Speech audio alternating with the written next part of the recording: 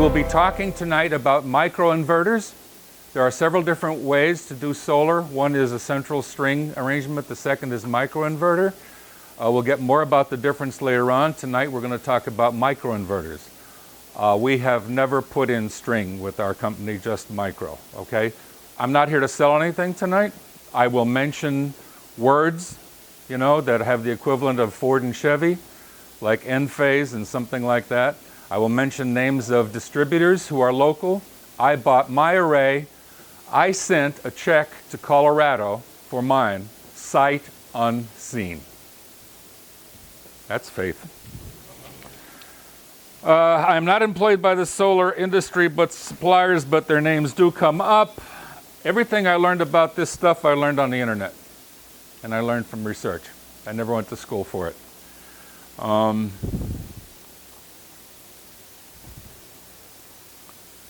All the work that we have done in the solar industry, my cousin and myself, and anyone that I give advice to, will be done according to the National Electrical Code. We will take no shortcuts. This is very dangerous stuff that we deal with, and I'll explain more about that later if I remember. Would be delighted if you get a contractor to put up solar for you. I would be delighted to consult with him. Okay, it's showtime. First of all, it's great to see so many people interested in the planet.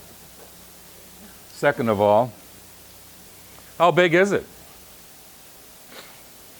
How big is it? That little green pellet to the left is where you live. That other big orange thing is a thermonuclear reaction 92 million miles away that will be going on for millions and millions of years. It's a constant atomic bomb. That's an average sized star, our star. The largest one that we've seen so far in the universe, and we're new at this, is a star called Canis Majoris. That's Latin. Free translation is big dog. And if this were Canis Majoris, that would be our sun.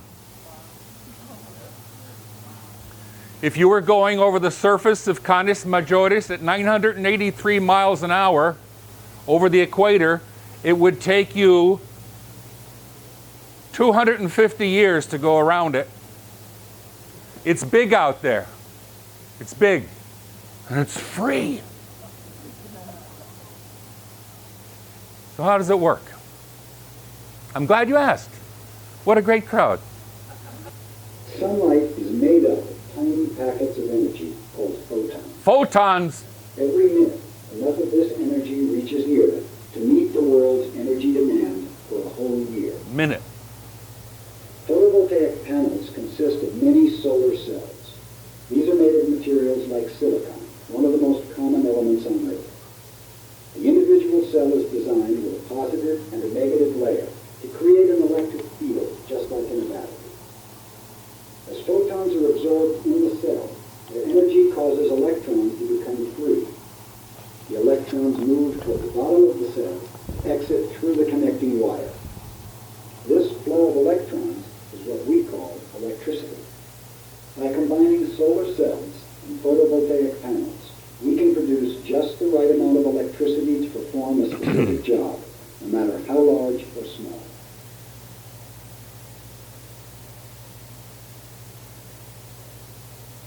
Shingles.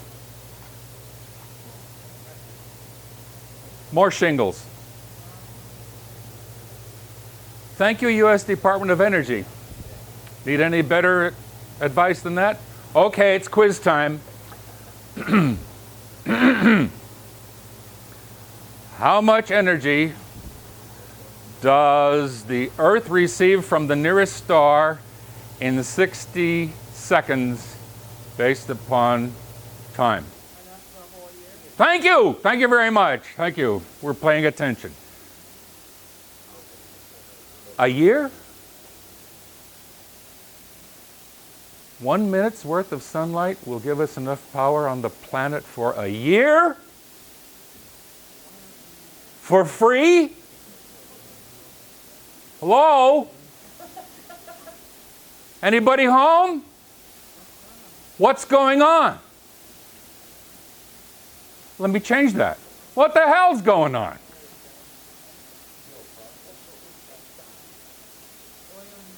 What is going on? Well, I'm glad you asked. Sunlight is made up of tiny packets of energy called photons. Every minute, enough of this energy reaches the Earth to meet the world's energy demand for a whole year. It's like snow. Photovoltaic panels consist of many solar cells. If we could see it. These are made of materials like silicon, one of the most common elements on Earth. Cheap. The individual cell is designed with a positive and a negative layer to create an electric field, just like in a battery. As photons are absorbed in the cell, their energy causes electrons to become free. The electrons move toward the bottom of the cell and exit through the connecting wire. This flow of electrons is what we call electricity. Who taught this stuff up? Welcome to Eddie Becquerel. In 1883, Eddie, working in his father's lab, 19 years old, discovered that a silver chloride acid solution generated a voltage and a current when illuminated. Let me help you with that. Whatever kind of crap he had in his jug, when the light came on it made electricity. Now, when Eddie told his friends about that, they said, "Wow, that's terrific. Have you seen the price of oats lately?" How come? Because it was too early. We weren't here yet. We weren't there. We were still in the horse and buggy days. It took somebody like this guy to say, "I know why it works." And he wrote a paper in 1905 about the theory, and guess what happened? In 1922, they gave him the Nobel Peace Prize for his paper on the photovoltaic effect. Albert Einstein never got the Peace Prize for the theory of relativity. Practical solar appliances then, since 1922, when Al got the Nobel Prize. What are practical solar appliances? Well, who needs them? Who's the biggest buyer of things in the United States of America? I'm sorry, what's again? Government. Take it further. Military. Okay? So, Bell Labs makes a solar-powered rechargeable battery in the year 1954. That piece of charger that he's holding there cost almost $2,500,000, and it produced 6 volts DC. And they were thrilled. They were thrilled. But we were making satellites, and Vanguard, the first solar-powered satellite, which went up in 1955. Where were you in 1955? Which part of Any part of 1955. first part of Where was I? out here yet? 4 years before I graduated high school. This is about as big as a basketball, and these panels right here are like a deck of cards or something like that, all right? But there's no way to plug stuff in space, so they needed a way to generate electricity in satellites for space. And then again, time goes on. You know, we got a lot of territory to cover here, so we got to keep going. Here we have Telstar. Does anyone remember Telstar? Say yes, please. Thank God, I thought I was the only one. There's even the melody, right? Da, da, da. The first time a television signal can be seen in Europe live from the United States of America. There it is, folks. Solar powered. In 1963, Sharp Corporation produced a solar panel and installed a 242 watt array on a remote lighthouse. Here's your arrays right here. 1963. Something you can go out and buy, and it will generate electricity. And here's how it works. The most basic solar system takes a solar panel, and remember, the two layers, we generate electricity, okay, with the two layers of silicone. DC voltage is what's produced. So let's say for the sake of argument, it's 12 volts DC. We bring it down here and we charge batteries with it, and sometimes they put an inverter on it. An inverter takes the DC and changes it to alternating current so you could plug your hairdryer in it, or your toaster, or something. Okay? Primitive, right? What's that? I don't know, Can you what? do you want one? Sure, sure, sure, yeah. We have that. Here you are. Here. That's a small piece of a solar panel, right? That one is polycrystalline. This one is monocrystalline. This is for you, Pam. Yeah. Pass it around. Solar panels. They work. If the sun were shining on them, they'd produce electricity. An amazing amount of electricity. One produces 3 volts, the other one produces 4.5, I think. But they're part of my bag of tricks.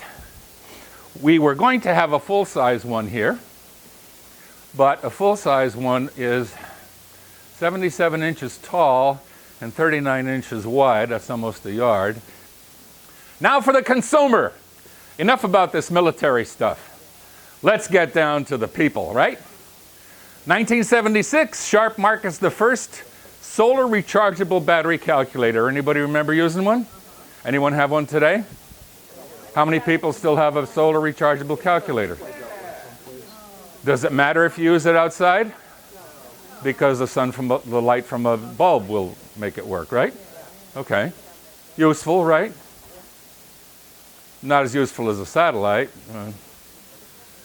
We have a solar-powered watch. Okay, Casio.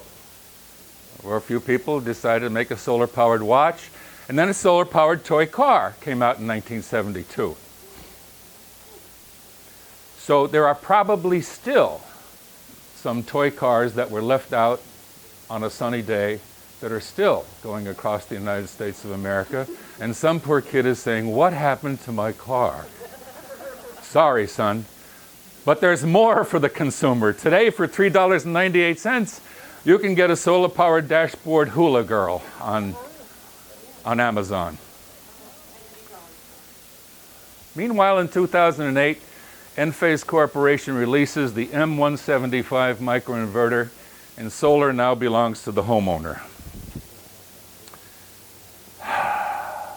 I can't tell you how important this is. I just cannot tell you how important this is.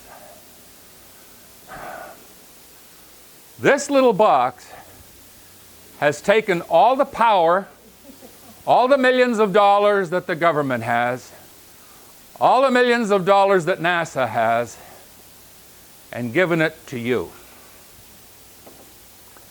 All the calculations necessary to design a system are like Prego. It's in there. It's in there.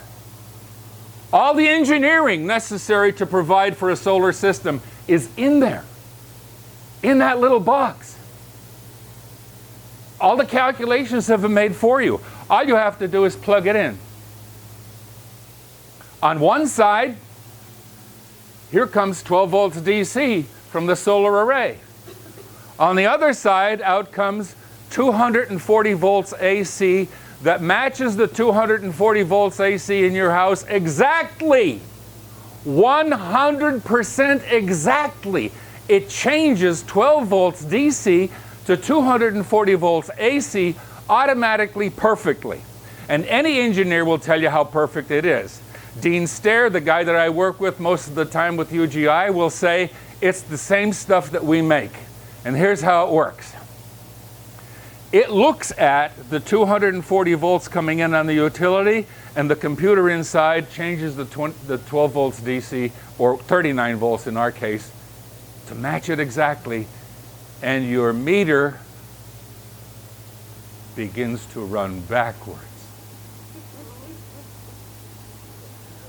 It'll supply, depending on your arrangement, it will supply all the needs you have in your home for solar energy, and any excess goes back out on the grid and the meter goes backwards. Oh, yeah, yeah. Yeah, you could see one. Yeah, thanks for asking. This is not like the original one. This is a little more modern. Ah. Now, is that on the back of each panel? Or Man, I hate it when they get ahead of me. Yes. Yes, one of these per panel. Pass it around. Costs you about, oh, I don't know, almost 200 bucks. Every single one is registered. There's a serial number on it. The manufacturer knows exactly where that is right now because that last trace was the outfit that sold it. It's registered with the United States government. When you build your array, you tell the company what the serial number is on it. The company that has the software to monitor the panels knows where it is, knows how much electricity it's making. I have a question on the floor. Yes, ma'am. one per array? One per panel. They're trying to standardize things. So most panels that will make this inverter work, it's by N phase.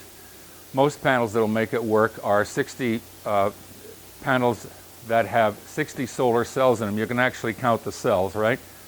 Take a look. Can you see the 4 cells? 1, 2, 3, 4. This is a panel. This is a cell. The large panels, the full-size panels, have about 60 cells in them, right? So they're huge, about this tall, this wide, weigh 50 pounds apiece, right? It's showtime. There's 2 basic kinds of systems, the central inverter array and the microinverter array. You're looking at a microinverter right now. That's the only kind we've ever done, but the central inverter array still is in use, and here's how that works. First of all, we get the DC voltage from the array, and we take it down here into this device, which is called a central inverter. The central inverter takes the accumulated voltage, DC voltage, and changes it into 240 volts that your house can use. Okay? Remember, the microinverter array has an inverter for every panel. So this panel produces 240 volts, this panel produces 240 volts. It doesn't bump into one another. There is no other inverter. The inverter's right here. So what's coming into your house from the array is 240 volts AC. With a central inverter system, it's the accumulated DC that's coming down off the roof if it's a roof mount. We're only going to be talking about ground mounts here today. So, is there a danger of getting shocked by 240 volts AC? Yeah. The average central inverter system is going to bring down 342 volts DC. Is there a danger of being shocked by 342 volts DC? There's more than a danger of getting shocked, it'll kill you. The average trolley car works on 387. Bingo. How come Norm doesn't like them? There you go. The central inverter system is fixed design. It's done. Some systems, I find out, are split up a little bit on a central system. They don't rely on one inverter, they rely on several of them.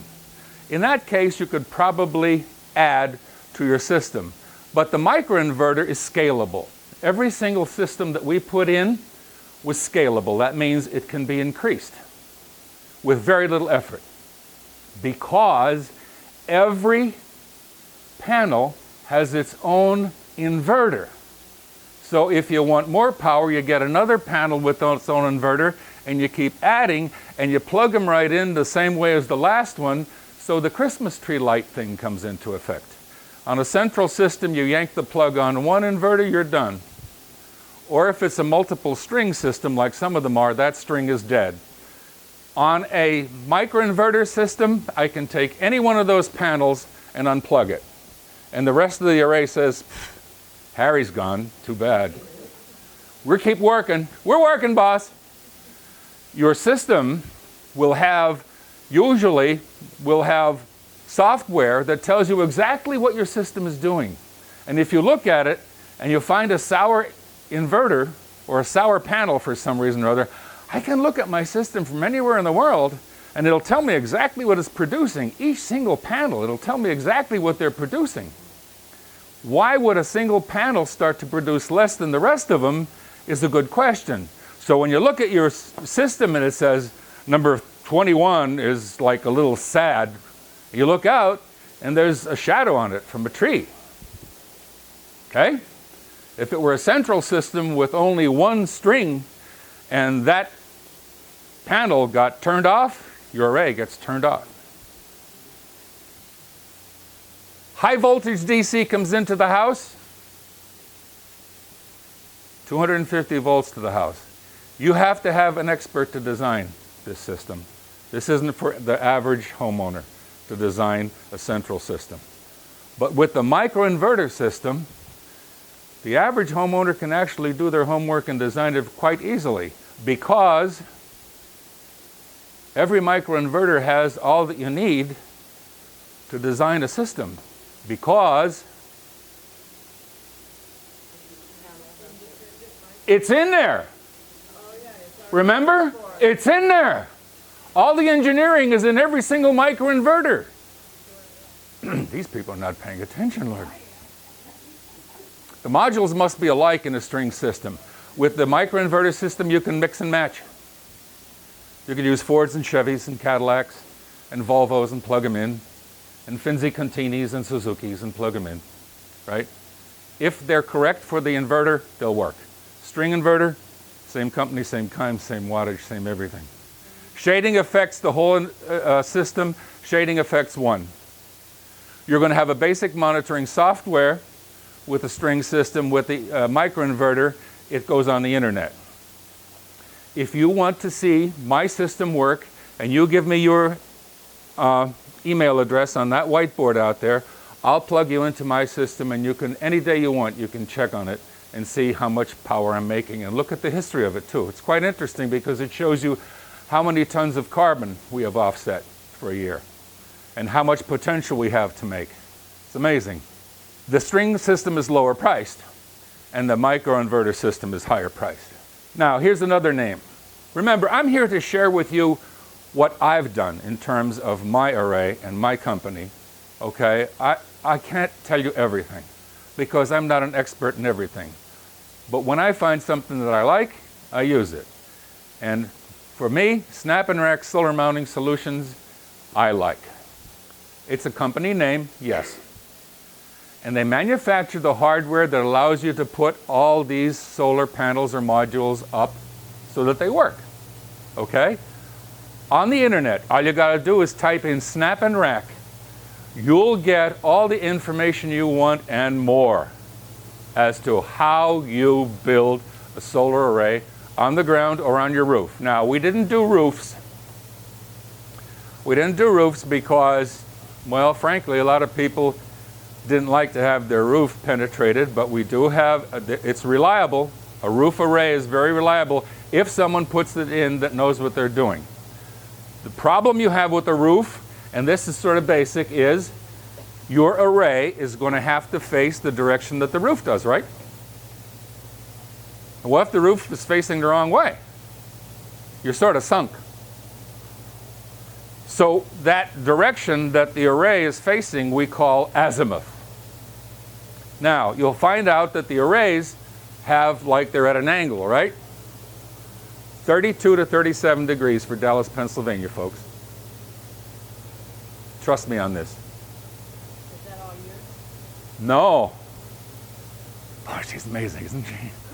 That's not, that's beautiful. That's, Well, I figure if the sun is the sun changes its angle in the sky, all right? So that's why Enphase designed their microinverters with a special coating on the front of them that doesn't reflect sunlight, it absorbs it. And if you looked at it under a microscope, it looks like this. So when a photon hits it, it doesn't bounce, it's trapped. So we take photons from this direction and that direction and that direction. Clever? Yeah. Good people, those Enphase. I love them. It works. But if you have your druthers, you may as well make the thing as efficient as you possibly can, n'est-ce pas? So what you want to do is point it in the right direction and give it the correct angle. I'm glad we agree on it. Snap and Rack Series 200, what a system. They told me that I had to prepare to excavate holes. So I got out my excavator and I began to excavate holes. Now, I did all of this work myself, okay? I'm 74 years old. I did it 2 years ago. If you can't do it, I know a good doctor. He's a great guy. He doesn't charge that much. There's a hole, there's a hole, there's a hole, there's 10 of them. 42 inches deep, please. That's the latest code. 42 inches deep by 12 inches, and you sink a piece of sonotube in it. Does everyone understand what this is? It's a circular piece of like real thick, waxy covered cardboard that you slide down in the hole and it forms a mold for the concrete. Clever? Ah, oh yeah. They say pour mixed concrete into the excavated holes. So I did that. They said, like, you got to make sure these are the right height and these are the right height so that your angle here is correct. What's the angle? 3 to 37. As long as you say 30, I love it, because you're remembering something. Ish. 32-ish to 33-ish to 37-ish. It's a little broad. Now, what's this stuff?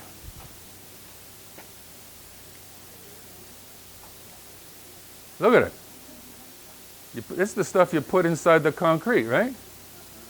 Made out of something. Snap and Rack says what you'll need is some 2-inch galvanized tube, 1.95 inches nominal industrial schedule 40. Your usual next question, I know, being with you so far tonight, is going to be, can we see one, right? How am I going to show you that? Well, as a matter of fact, I have a little something right here to show you exactly how they're built. We have all sorts of different companies that make this. Your local supplier will be glad to help you out. We have complicated things like this, and Snap and Rack says determine necessary cross bracing, so I did. Now, up to this point in the construction of the array, we have made 0 electrical connections. None. Okay? All this is done by either you, your contractor, Uncle Harry, Sammy from down the street, Fly-By-Night Industries. I don't care who does it, but it's just a matter of construction. There's nothing complicated about it. The next step, we're going to do this piece right here. This is called, some people call it a long support. They go on. Don't worry about these 2 boxes yet, I'll get to there. There's a piece of hardware that fastens it right onto the pipe, okay? The nut snaps in the channel, you can't make a mistake on it. It goes click. It's threaded, made out of aluminum. The bolts are made out of stainless steel, so nothing's going to rust. You fasten it on. As long as it's 90 degrees to this pipe here.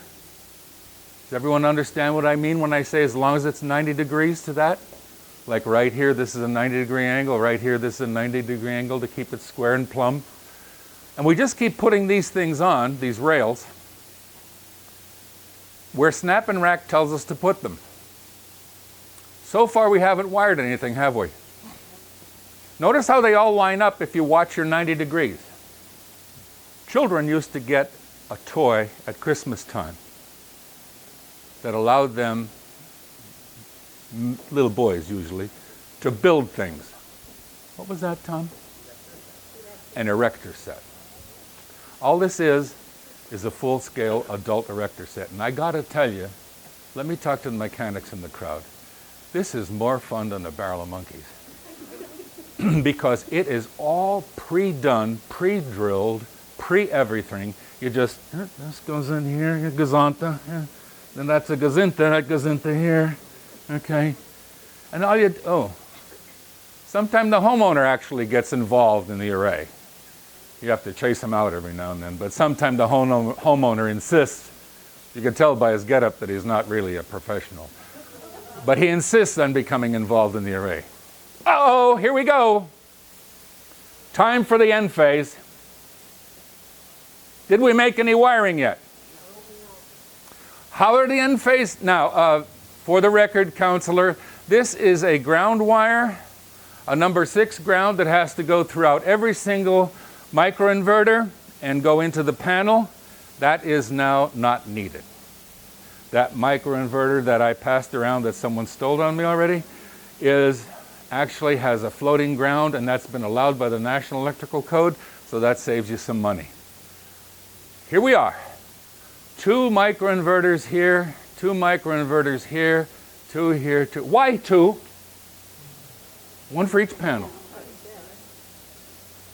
And we're going to mount one here, and we'll mount one on the top, right? Because the leads are long enough to reach. All right? So that's what we do. Now we have our second row going in, and you'll have to take my word for it that there's microinverters in back of that row, okay? And that row. And this is the way we hold on to the rest of it. Like that stuff in the middle, it's like this T-clamp, and it bolts down onto a nut that's in the rail, and it's tightened, and it holds on to the panels. It holds on to the one below it. It's loose, and you shove the upper panel under this one, and you tighten this, and now you're holding down 2 panels. I love this. This is more fun than a barrel of monkeys, isn't it? See that piece I passed around, how we fit in here? This is down on the bottom, on the lower end. This one has a swivel on it. Here's your hardware, see it? It holds the rail onto this big pipe. It's so much fun, I'll tell you. I don't sleep at night thinking of it. I love this. God, I love it so. This gives you the power to harvest energy from the nearest star. That's what this does.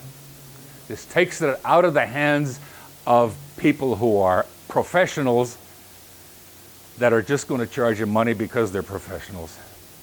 And it gives you the ability to become involved in it. When was the last time America got involved in something like this? It was called the Wright Brothers Garage in their backyard. They didn't have any books. They didn't have any professionals. They weren't married. Whatever that means. Something new here. Something new. We're going to have to connect all these microinverters, aren't we, to the house current. So now we're going to start wiring. But, you know, boy, if we only could see one of these cables and how they work. What? Oh, yeah. Yeah, sure. Yeah, I'm glad you asked. I just happen to have one here. There we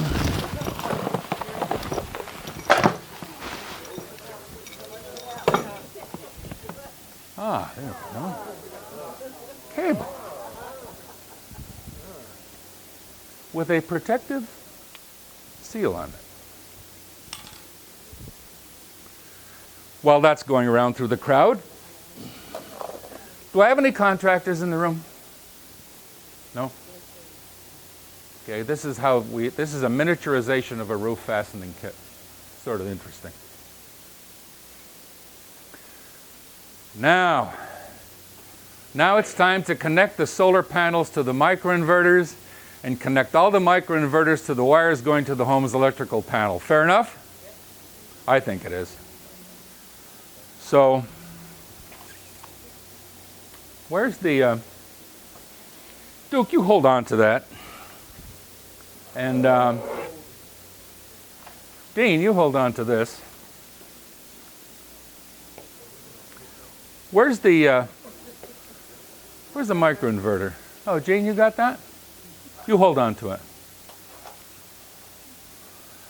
Now I want you three. Have we rehearsed this? I knew you were going to say something. I shouldn't have let you have it, but sit here. You sit here. Duke, get over here. I want you three people to figure out how to connect those three things. They are not professionals, ladies and gentlemen. If they screw this up, it's going to be okay. I'm just a middleman.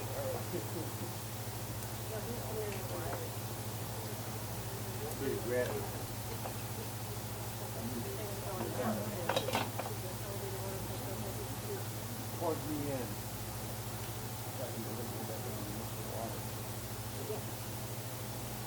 Dum dum dum dum dum dum dum dum dum dum dum dum dum dum dum dum dum dum dum. Done. I pretend I'm a solar panel. They have correctly wired a solar panel electrical system. Let's hear it.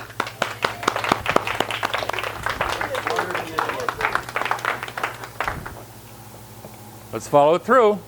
Some assembly. There's the solar panel, right?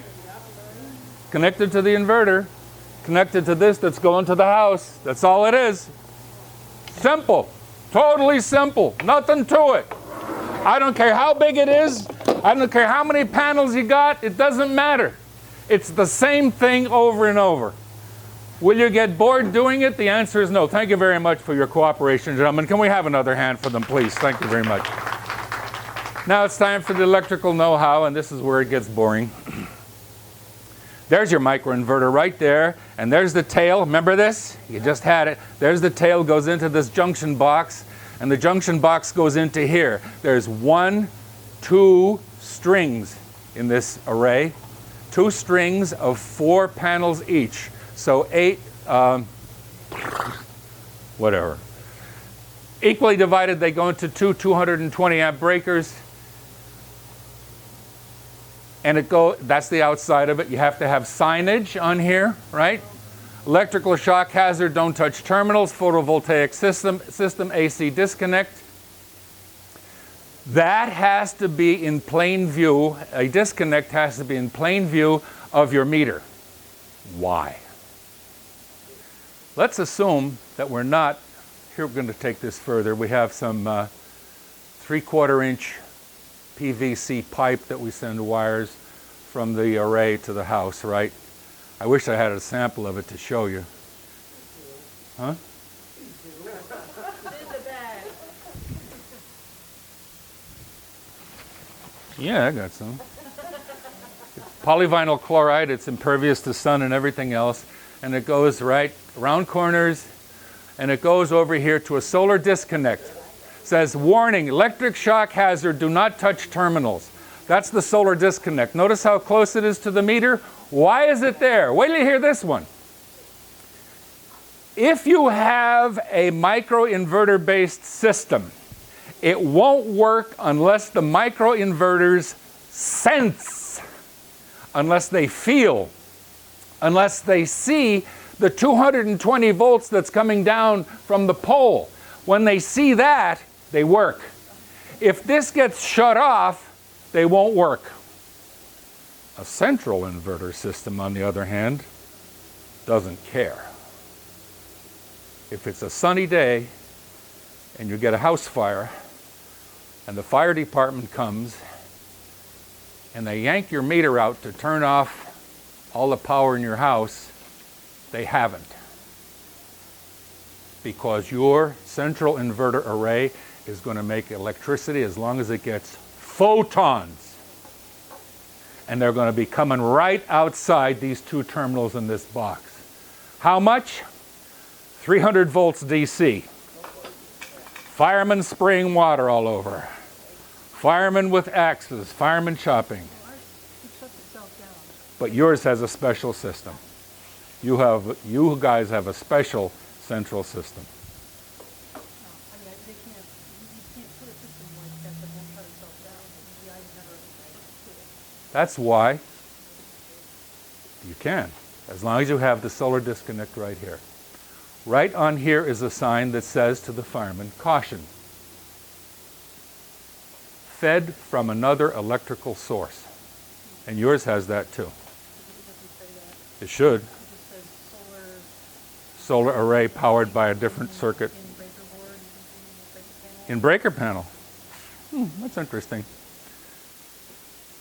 Well, they can't put it up if it's not code. If UGI accepted it, it's okay. You can't do this unless you talk to the power company, by the way, the utility. You have to get their approval. You have to.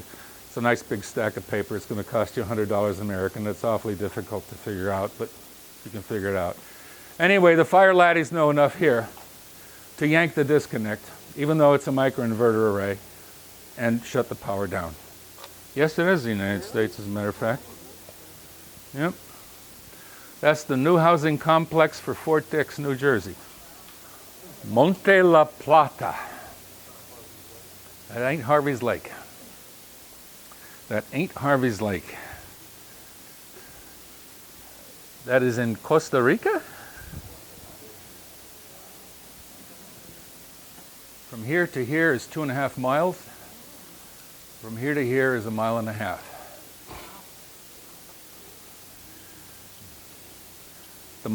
The typical solar array that you see on top of a house is about like this.